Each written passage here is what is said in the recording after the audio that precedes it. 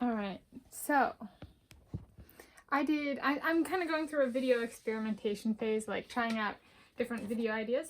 And one of the kind of experimental videos I did was dissecting my 100-yard individual medley swimming race. I was like, all right, I talked about myself, which is nice, but I'm not swimming anymore. So like, there's only so much I can do for that. It's about experimentation. So if I were to like put a twist on that, what might I do? So I guess there's a bit of like, if I were to get into sports, not saying I will, but like I ran my first mile in less than 5 minutes, so a 4 minutes 56 seconds, 1 mile, when I was 19 years old. And I enjoy watching runners who have like it. In America, it's not a very diverse sport. It tends to be people of African descent. So it's just kind of, just like, that's nice. I don't share any of my family tree with these people. I'll watch people from a different country, which like in track and field tends to be, especially track events, it's like getting someone of European descent, pure European descent, or pure enough that is reflected in their skin tone. Because the original Europeans were white, natives. And so there have been immigrants, and so people more recently will call themselves European descent, but that doesn't mean that's where they're originally from in their family tree kind of thing. So, yeah, and so it's kind of like a sport where it's like, well, I'd watch if I had, there will be 0 European descent people in a whole lot of finals and stuff like that. So it's like, oh, I'm not going to watch. And it's like rare to have even just one runner out there. And so, yeah, that's just, it's kind of like in my science classes, actually, especially my engineering and mathematics classes, where I would be the only white woman. I'd be sometimes the only white person in a class. And so it's just kind of like reflective of my life. And so it's interesting. It's like, okay, well, what's a race of significance that like meant something to me on a family level? If we want to go on the like, these are my people, be it like literally in my family tree, or like we have some shared roots there. So I'm gonna just dissect this long-winded introduction of I ran track and field, was fast enough to be competitive in track and field, at least as later in my teenage years. And so for me, track and field is kind of one where I'm like, okay, this is something that I can provide some perspective on because, well, we'll just leave it at that. So the race I'm going to dissect is Team Poland. I have a modicum of Polish ancestry. Again, that like origins kind of thing. Team Poland 4x400 meter mixed relay at the 2019 World Athletics Championships.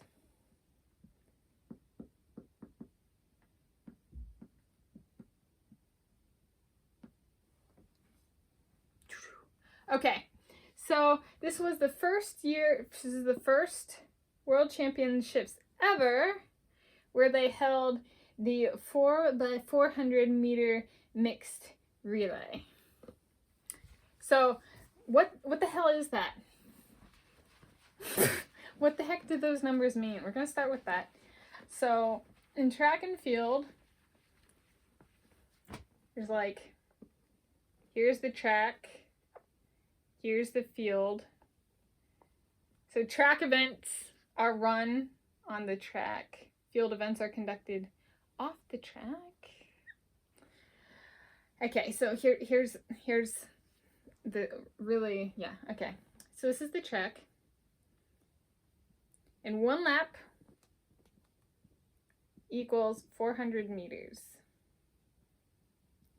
So when I say a 4x400 relay, it's one person runs 1 lap They have a baton, they pass it off to the next person, that person runs a lap, third person runs a lap, fourth person runs a lap. That's the race. It's 4 people. Each person runs exactly 1 lap. So that's the race. Okay. So this is the 4x400 mixed relay.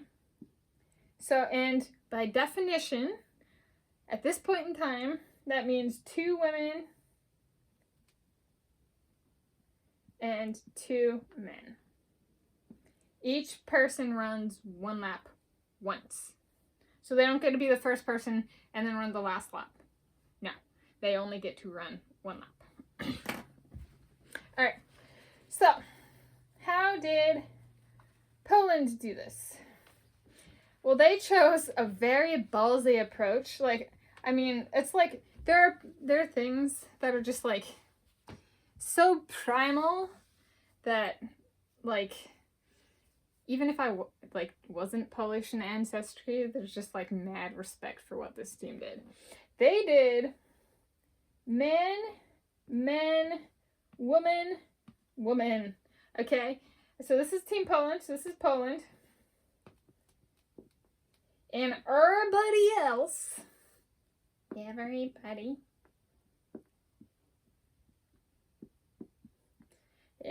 else did, let's see if I can remember. They did man, woman, woman, man. Okay, like I was watching this race and like they were talking about this before the race began and I was like, oh my god, this is Superwoman. Like, oh my god, can you imagine being that person? Oh, at least at this point in time, like, oh my gosh, it was just like, I was watching it and when it came down to this person, they were just like talking about it and I was like, ma! Like, I'm gonna like actually make that sound, just like, oh my god, that's, well, I'm gonna actually point out both of these people because this, like, the heart and soul of this relay just like trumped everybody else. Like, I was just like, oh my gosh. So like what does this actually mean? So it means 8 men. So there's 8 people out here, 8 relays. So this is like 1 team. What are these odds? 7 teams. So this man is running against 7 men. This man is running against 7 women. This woman is running against 1 woman. This woman is running against 7 men. Okay, like, this is just like, ding, ding, ding. This is a superstar. This is supernova. Okay, like, I did just rewatch this. Watched this yesterday as a primer for making this. And it's just like, there's just a ma that doesn't go away with something like this. So that's, okay. So this is what happened. Now, what does that actually look like? So the men are typically pretty competitive with each other. The motivation, and yeah, okay. So the motivation aspect is why I'm going to call this the soul relay. Soul relay. Because what happens is all the men start. So all the men are running. They pass off the batons. So like this is a baton pass off.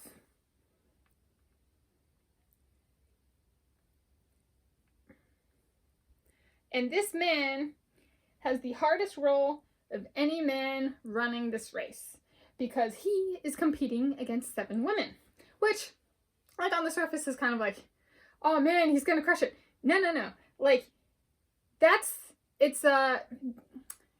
are a lot of men who would get lulled into a false sense of security by the fact they're running against 7 women, which at this point in time, at the highest levels of competition, like world championships and stuff like that, women are slower than men. That's not necessarily true on like a social level with the best runners, and especially not in sports like soccer and stuff like that. There's like the sprinters, it's a mixed bag in my experience. Men are not always the fastest sprinters. I don't know why that's not reflected at the highest levels. I think that natural talent, it doesn't isn't always drawn to these kind of level of competitions. So this guy, like, you can see it when he's running, is like on his face, and just like he is giving it everything he has, because he needs to make the biggest gap he can between him and 7 other relays, because he's got 2 women. These people only have 1 more woman. So they got it easy compared to this relay, where this woman is going to be holding off 7 men. Okay, so he goes, he gets a huge lead. This woman keeps that lead. This woman enters, and this is like, she's running, okay, and like, mad respect. Soul, this is the soul relay. She, like, okay, there's a bit of, especially with like the demographic of track and field events these days, she should get passed on the first curve. It doesn't matter how big the gap is. That's kind of like the American mindset. And so she doesn't get passed until the very last straightaway. And she, okay, so the relay comes in 5th place. This has a happy ending. This 5th place becomes a gold medal at the Olympic Games, by the way. So they crush the 14s that finish ahead of them here. She finishes within like 0.5 something, so less than 0.6 seconds of the silver medalist. And the people running across the line at this point, so at the finish line, they're all men, right? So she, like, there was a team that ran a ways ahead. Didn't carry over to the Olympic Games, though. They crashed and burned. They got bronze, compared, which is like, in this scenario, there's like the least improved, and then there's the most improved, and they're the most improved in this situation. This is the soul relay. Soul relays improve. So, yeah. And so she doesn't lose it. She, like, she's in a cluster of 2, 3, 4, 5 that finish very close together. And I was just, mad respect. It's like one of those things that are just like jaw-dropping to watch this relay specifically. Because, like, okay, the Americans are all about showboating. They're staring at the camera down the homestretch. I'm like, I'm not going to take this seriously. Like, even if I weren't to go with people in my ancestry tree, and like, at least these people like run with the heart and the soul, and they are focused on the race. So this is like really just me. Well, okay, it's me trying to dissect it. And doing am I gonna evaluate it? No, I chose something that was very impactful to me. The soul relay. Heart and soul was put into this, and it showed up because they won the gold medal at the 2020, so this was 2019, 2020 Summer Olympic Games, so 2021. This woman, is part of the relay that wins the gold medal at the 2020 Summer Olympic Games in this race. And so it's a true soul relay, because they turned that 5th place finish into a gold medal. And like, well, I'm a kind of person where, like, my first day of swim team practice, I almost drowned. And then the next year, the year after that, I made it to All Cities, which was like a championships, and won a 5th place medal. Yeah, and then the following year, we won 1st place, so the 1st place medal. And then I also won a 5th place in an individual event. So there's a bit of, like, I like the most improved angle, because that requires soul, and that requires heart, and I know that from my experience, because it's not like just train to beat everybody else. It's like, no, it's about self-improvement. And so I really liked this Team Poland for that reason.